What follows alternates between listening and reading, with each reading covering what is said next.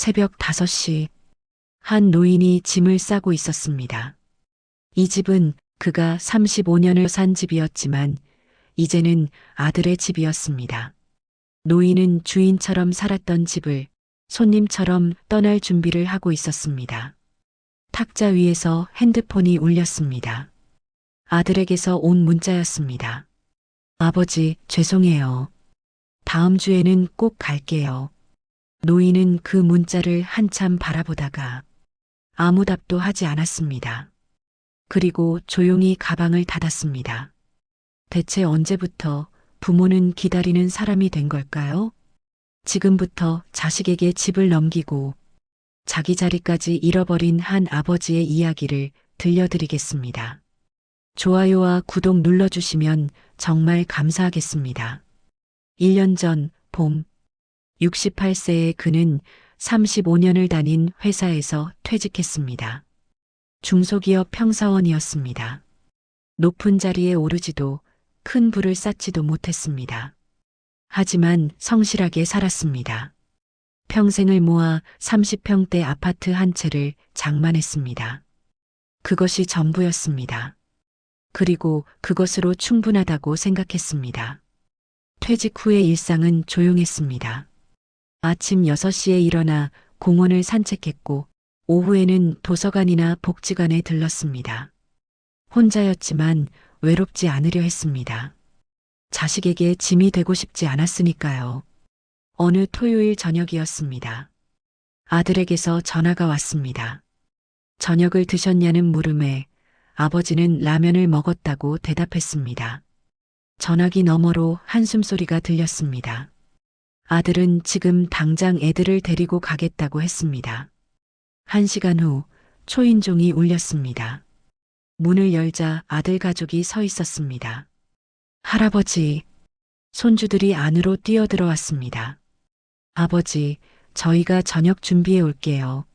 며느리가 웃으며 부엌으로 향했고 아들은 아버지 옆에 앉았습니다. 요즘 어떻게 지내세요? 그냥 그렇지 뭐. 혼자 계시니까 제가 걱정돼서요. 아들의 목소리에는 진심이 담겨 있었습니다. 곧 저녁 준비가 끝났습니다. 네 식구가 아버지를 둘러싸고 앉았습니다. 오랜만에 가득 찬 식탁이었습니다. 식사 후 아들은 아버지와 함께 베란다에 나왔습니다. 담배를 피우는 척하며 조심스럽게 말을 꺼냈습니다. 아버지가 혼자 이렇게 넓은 집에 계시는 게 걱정된다고 했습니다. 몸이라도 안 좋으시면 어떻게 하시냐고 물었습니다. 아버지는 괜찮다고, 아직 건강하다고 대답했습니다. 아들은 요즘 많이 생각했다고 했습니다. 아버지가 나이 드시는 걸 보면서 뭔가 제대로 해드려야 할 것 같다고 말했습니다. 아버지는 내가 잘 지내면 된다고만 했습니다. 둘은 한동안 말없이 밤 풍경을 바라봤습니다. 집으로 돌아가기 전 아들은 자주 오겠다고, 전화도 자주 드리겠다고 말했습니다. 문이 닫혔습니다. 다시 혼자가 된 거실에서 아버지는 아이들이 어질러 놓은 장난감을 하나씩 정리했습니다. 그날 밤 아버지는 오랜만에 편안하게 잠들었습니다. 자식이 자신을 걱정해 준다는 것, 그것만으로도 충분했습니다. 아직은 그날 이후 아들은 정말로 자주 연락했습니다. 일주일에 한 번은 전화가 왔고 한 달에 2번은 직접 찾아왔습니다. 아버지는 그런 아들이 고마웠습니다. 동시에 미안했습니다. 바쁠 텐데 자신 때문에 시간을 쓰는 게 미안했습니다. 한 달쯤 지난 어느 날이었습니다. 아들이 혼자 찾아왔습니다. 평일 저녁이었습니다. 둘은 거실에 마주 앉았습니다. 아들은 가방에서 서류 몇 장을 꺼냈습니다. 부동산 관련 자료였습니다. 상속세, 증여세, 명의 이전에 관한 내용들이었습니다. 아들이 조심스럽게 말을 꺼냈습니다. 아버지께서 지금 건강하실 때 미리 정리하는 게 좋을 것 같다고 했습니다. 나중에 갑자기 무슨 일이라도 생기면 복잡해진다고 설명했습니다. 아버지는 말없이 서류를 바라봤습니다. 아들은 지금 증여로 명의 이전을 하면 세금을 많이 아낄 수 있다고 했습니다. 아버지는 여전히 말이 없었습니다. 아버지, 오해하지 마세요. 제가 이 집이 탐나서 그러는 거 아니에요. 아버지가 천천히 입을 열었습니다. 내가 여기 계속 살아도 되는 거냐? 당연하죠. 명의만 제 이름으로 바꾸는 거예요. 아버지는 여기서 계속 사시는 거고요. 아버지는 고개를 끄덕였습니다. 하지만 선뜻 대답하지는 못했습니다. 며칠 후 아들이 다시 찾아왔습니다. 이번에는 며느리도 함께였습니다. 며느리는 아버님을 위한 일이라고 말했습니다. 나중에 복잡한 일 없도록 미리 정리하는 거라고 설명했습니다. 아버님, 저희가 아버님 쫓아내려고 이러는 거 절대 아니에요. 아버님은 평생 여기 사시는 거예요. 아버지는 천천히 고개를 끄덕였습니다. 알겠다. 하자. 아들의 얼굴이 환해졌습니다. 아버지, 감사합니다. 제가 정말 잘할게요. 아버지한테 절대 불편하게 안 할게요. 아들은 아버지의 손을 꼭 잡았습니다. 일주일 후, 셋은 법무사 사무실에 갔습니다. 서류 작업은 생각보다 빨리 끝났습니다. 법무사는 아들이 효자라고 말했습니다. 아들은 쑥스럽게 웃었습니다. 사무실을 나오며 아들이 점심을 사겠다고 했습니다. 식당에서 아들은 계속 아버지를 챙겼습니다. 아버지, 정말 감사해요. 아버지는 아무 걱정 마시고 편하게 계세요. 아버지는 묵묵히 고개를 끄덕였습니다. 그날 밤 집으로 돌아온 아버지는 오래도록 잠들지 못했습니다. 잘한 건지 모르겠다는 생각이 들었습니다. 하지만 아들이 저렇게까지 말하는데 거절할 이유도 없었습니다. 그리고 이 집은 어차피 아들에게 갈 것이었습니다. 조금 빠르냐 늦느냐의 차이일 뿐이었습니다. 창밖을 바라보며 아버지는 생각했습니다. 자식을 믿는 것, 그게 부모가 할 수 있는 마지막 일이라고. 그때까지는 둘 다 진심이었습니다. 명의 이전 후 6개월이 지났습니다. 처음 2달은 여전했습니다. 아들은 자주 연락했고 한 달에 한두 번은 집에 들렀습니다. 그러다 변화가 시작됐습니다. 아들의 회사에 조직 개편이 있었고 부장 승진 대상자로 이름이 올랐다고 했습니다.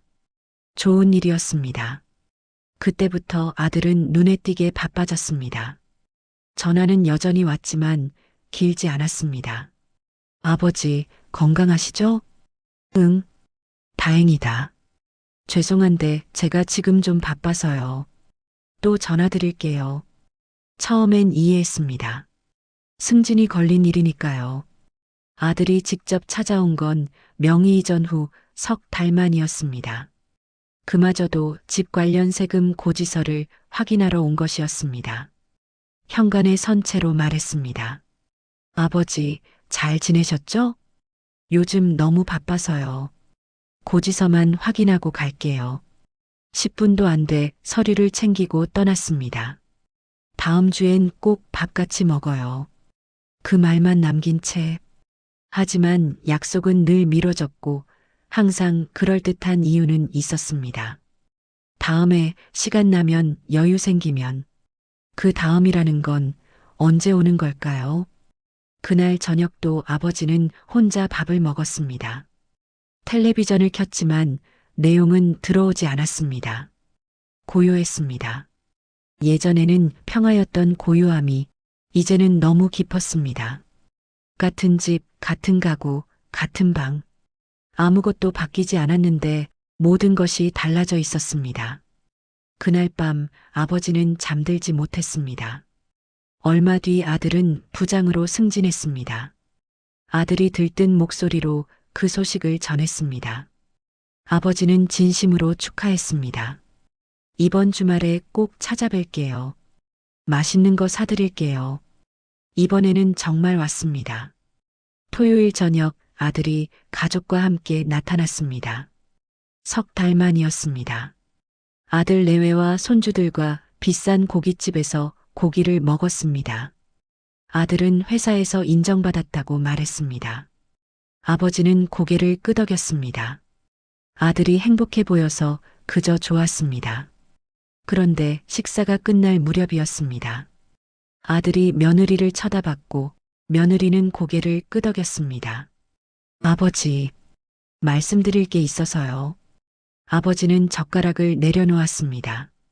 아들은 승진과 함께 급여가 올랐다고 말했습니다. 아이들에게 더 좋은 교육 환경을 만들어주고 싶다고 했습니다. 큰아이가 곧 중학교에 들어간다고 했습니다. 그래서 학군 좋은 곳으로 이사를 생각하고 있다고 했습니다. 지역 이름을 말했습니다. 집값이 비싸기로 유명한 곳이었습니다. 지금 가진 돈으로는 부족해서요. 아버지는 무슨 말을 하려는지 알 것 같았습니다. 그래서요, 지금 아버지 사시는 집을 팔면 어떨까 싶어서요. 아버지는 숨이 멎는 것 같았습니다. 지금 집 시세가 괜찮다고 했습니다. 그 돈을 보태면 학군 좋은 곳에 집을 살 수 있다고 했습니다.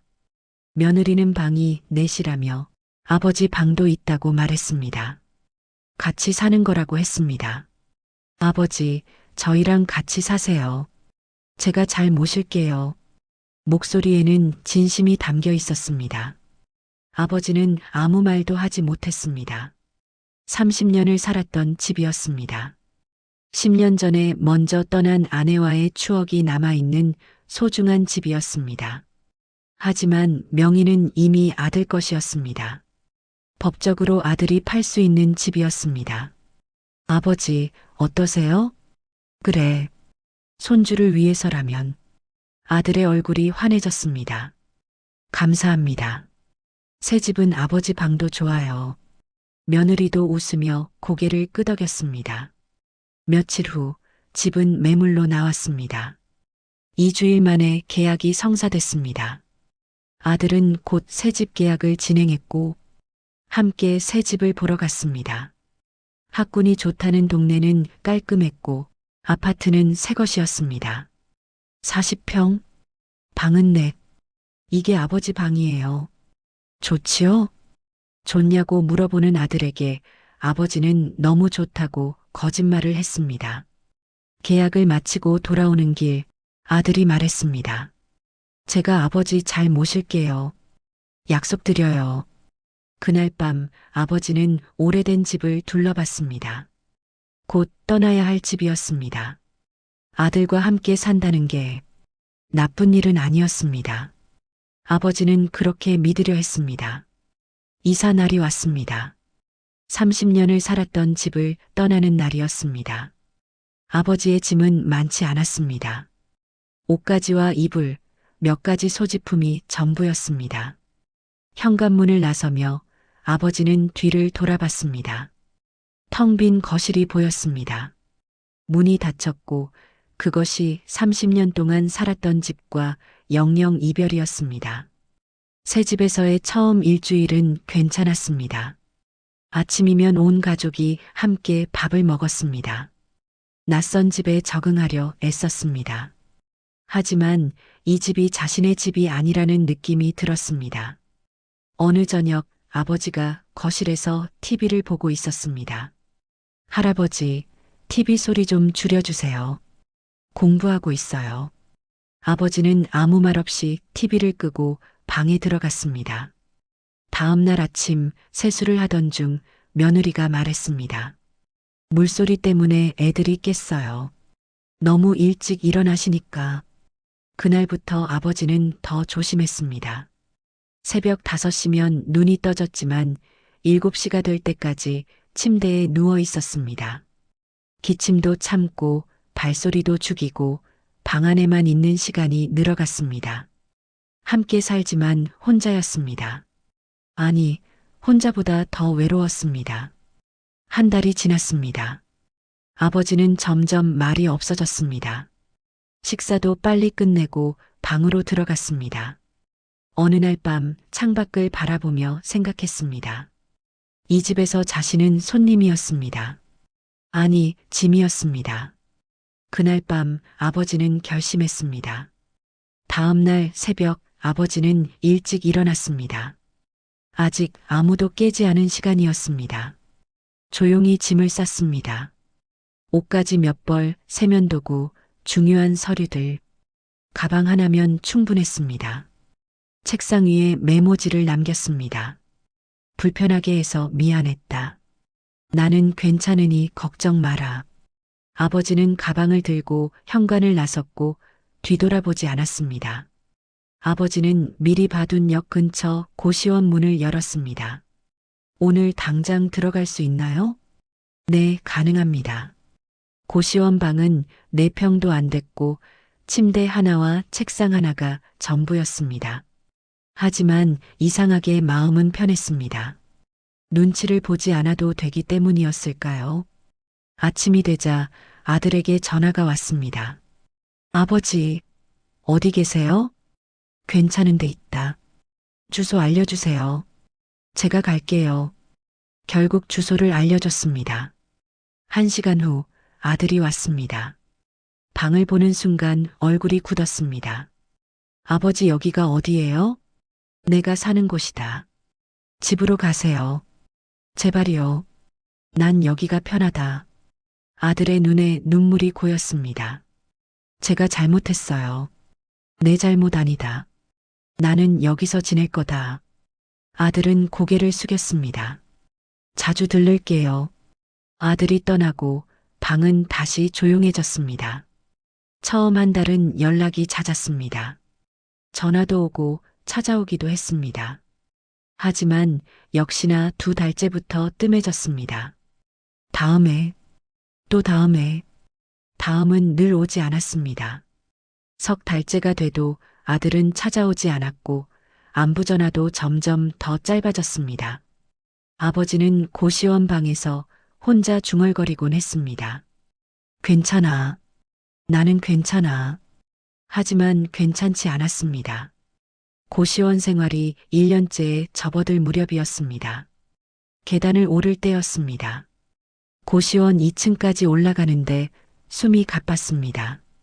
예전에는 아무렇지도 않았는데 이제는 한번 쉬어야 했습니다. 처음엔 그냥 나이 탓이라고 생각했습니다.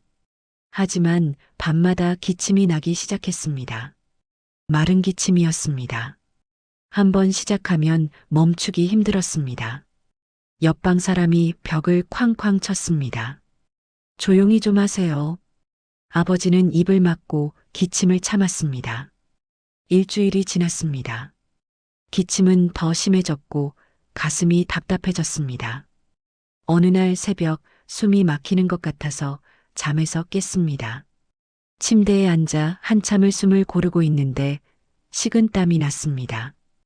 이건 그냥 넘어갈 일이 아니었습니다. 아침이 되자 아버지는 혼자 병원에 갔습니다. 의사가 청진기를 대고 한참을 들었습니다. 심장 소리를, 폐 소리를 계속 들었습니다.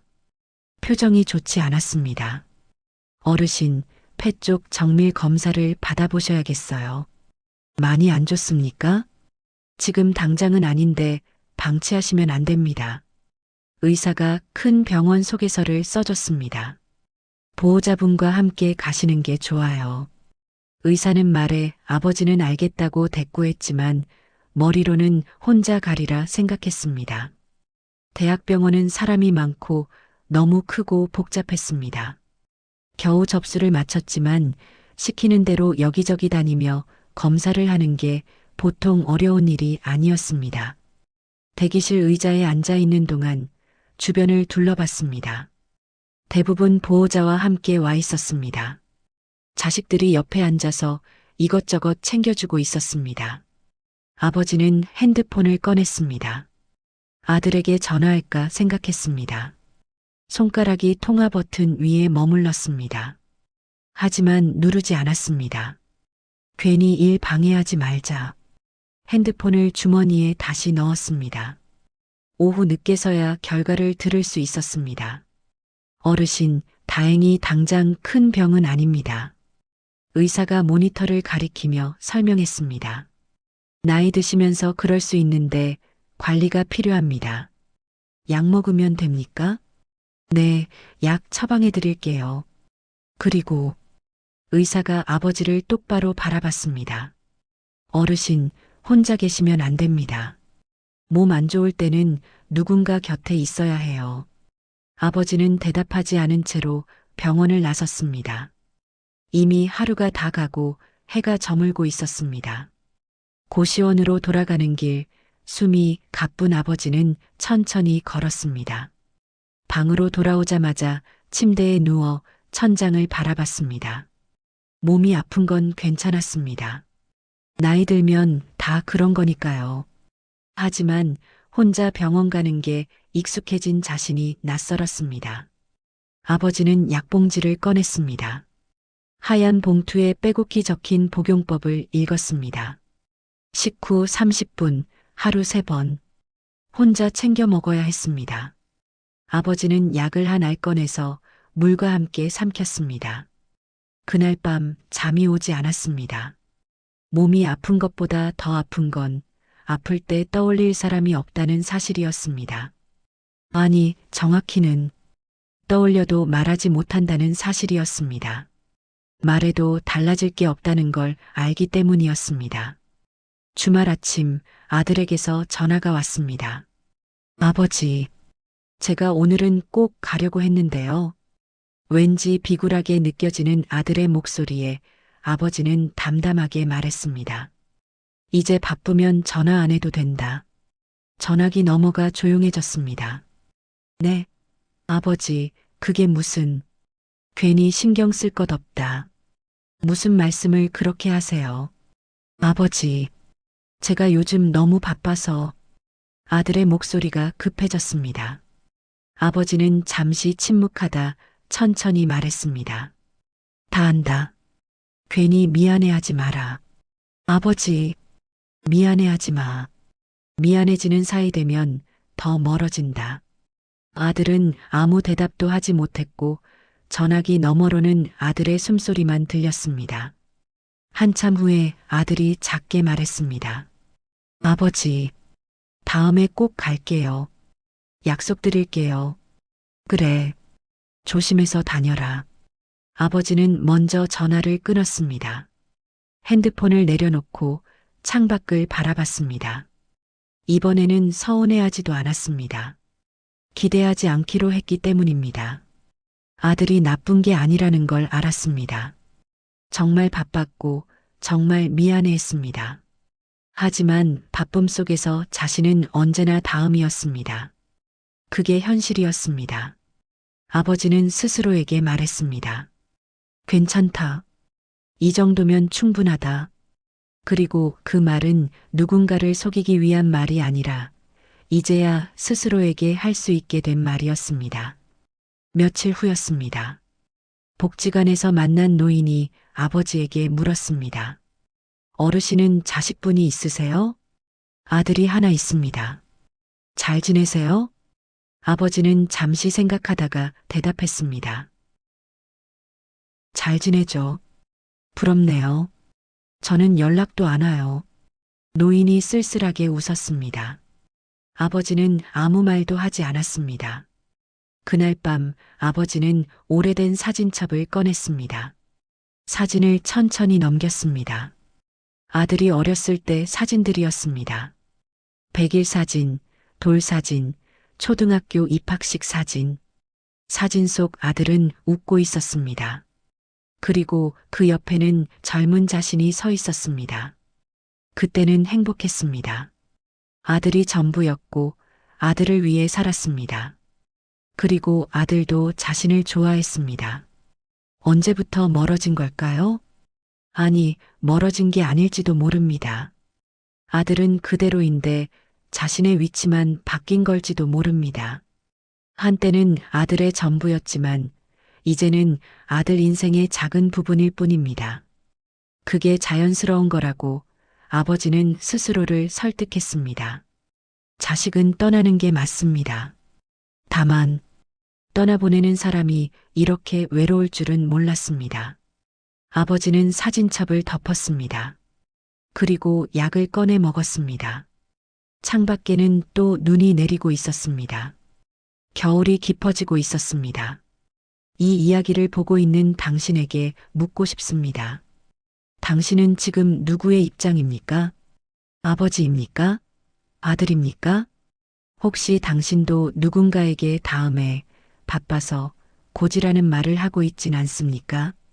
혹시 당신의 부모님도 어딘가에서 괜찮다고 말하며 혼자 견디고 계시진 않습니까?